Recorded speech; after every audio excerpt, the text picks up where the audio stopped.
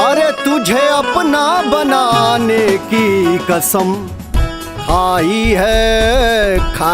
है। लेकिन बेटा लड़की पटावे के सपना इस साइकिली से पूरा ना हो। अगर लड़की को पटाना है तो बाबूजी का सवारी अपनाना है। मैं तुम्हारा ऐसा सेटिंग कराऊंगा जैसे इंजन से बोगी और डॉक्टर से रोगी का होता है। हे भगवान, जेकरा लगे 2 गो 4 गो 6 गो बाड़ी सा ओमे से कोनो के एगो के डिस्कनेक्ट करवा के हमरा संगे कनेक्शन जोड़वा दा। अब तू कुछ कहला? तू कुछ सुन लू का?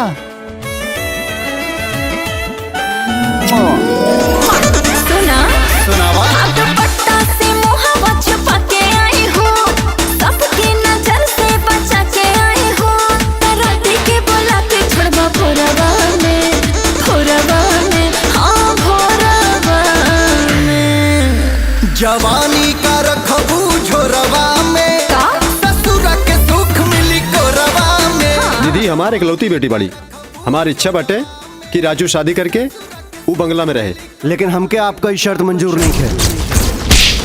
हम ही थप्पड़ तोरा बाप के गाल पना अपना रिश्ता पर मर लिया।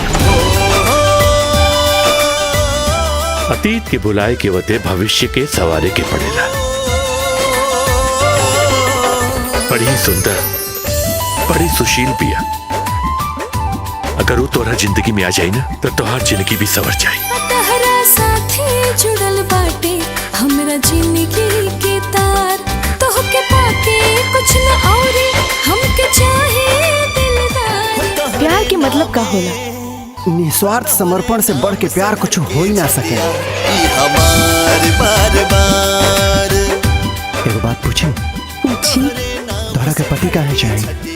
हमारे ख्याल रखे खातिर, हमारी हिफाजत करे खातिर। भगवान हमरा साथे ही काहे कैले? वो इतना निर्दयी कैसे हो सकेला? साम दाम दंड भेद। किसका और बिजनेस हमार है।